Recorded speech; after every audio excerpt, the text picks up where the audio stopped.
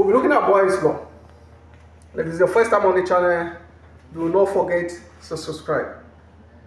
Now, according to Boyle's Law, Boyle's actually did the study of the relationship between pressure and volume. And according to Boyle's Law, it says that the volume of a given mass of gas is inversely proportional to the applied pressure, provided the temperature remains constant. What that means is that as volume increases, pressure will decrease, and vice versa. For example, given this rectangle, if the pressure is big, the volume will be small. If you reduce the pressure a little, the volume will be increased a little. If the pressure is small, the volume will be what? Big. That is the meaning of inverse proportionality. So from Boyle's Law, it means that V is inversely proportional to what? Pressure. And this can be represented as what? PV. PV. This is P. PV equals to K. So that P1 V1 will be equals to P2 V2. Meaning that as a constant, if this thing is here, it will be the same thing in this point. That is, at point 1 will be equals to what? At point 2. Meaning that P1 V1 equals to P2 V2. And this is the statement of what? Boyle's Law. If you cannot state Boyle's Law in words and you represent it like this, you are still correct. Make sure you define the symbols. After a definition like this, say V is inversely proportional to 1 over P at T equals to K. You come and tell us that V is volume, P is pressure, and T is what? Temperature. Let's look at an example.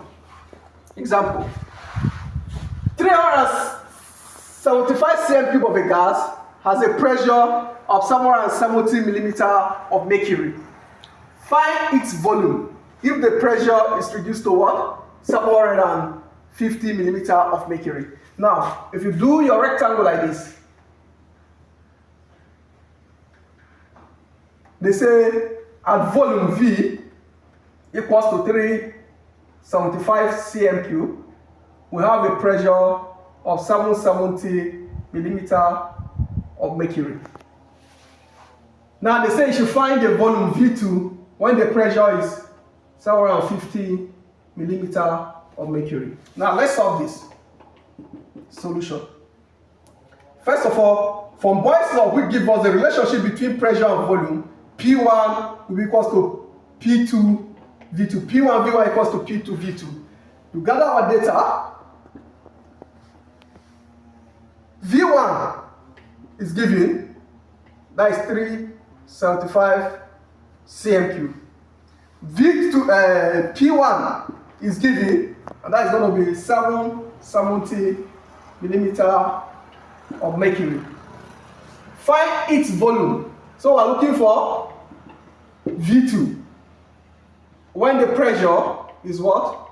750 millimeter of mercury.